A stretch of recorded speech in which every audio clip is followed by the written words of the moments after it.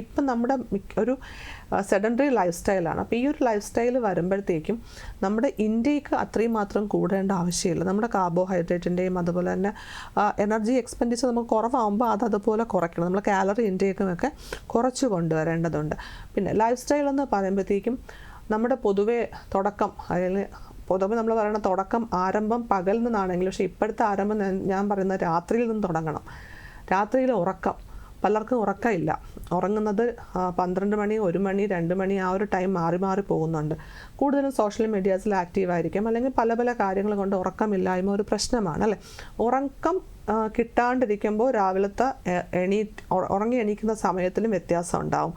അത് മാത്രമല്ല, രാത്രിയിലുള്ള ഒരു 4 hours എങ്കിലും കിട്ടേണ്ട ഒരു ഡീപ്പ് സ്ലീപ്പ് നമുക്ക് കിട്ടാണ്ട് വരുന്നു. ആ ഒരു ഡിസ്റ്റർബൻസ് ഫീൽ ചെയ്യുന്നു. അവിടെ മുതൽ നമ്മുടെ മൊത്തത്തിലുള്ള ലൈഫിൻ്റെ താളത്തിലൊരു പിഴവ് സംഭവിച്ചു തുടങ്ങുന്നു. അപ്പം ഉറക്കം, അതുപോലെ തന്നെ എണീക്കുന്ന സമയം, അത് കഴിഞ്ഞിട്ട് വ്യായാമം, പിന്നെ ഭക്ഷണക്രമത്തിനുള്ള സമയങ്ങൾ, ഇങ്ങനെ തുടങ്ങി ലൈഫ് സ്റ്റൈൽ ഒരു ചിട്ടയായിട്ട് കൊണ്ടുവരുമ്പോൾ കുഞ്ഞുങ്ങൾ മുതൽ മുതിർന്നവർ വരെയും നമുക്കൊരു ഹെൽത്തി ഒരു ലൈഫ് കൊണ്ടുപോകാനായിട്ട് സാധിക്കും. നമുക്ക് ഒരുപാട്, അതായത് നമ്മുടെ ലൈഫ് സ്റ്റൈലിൽ വരുന്ന ചേഞ്ചസ് കൊണ്ട് തന്നെ നമുക്ക് ഒരുപാട് ലൈഫ് സ്റ്റൈൽ ഡിസീസിനെ കൺട്രോൾ ചെയ്യാനും, അതിനെ ചിലപ്പോൾ അതൊരു ഘട്ടത്തിനപ്പുറം അല്ല എങ്കിൽ നമുക്ക് ചിലപ്പോൾ റിവേഴ്സ് ചെയ്യാനും ഒക്കെ സാധിക്കും.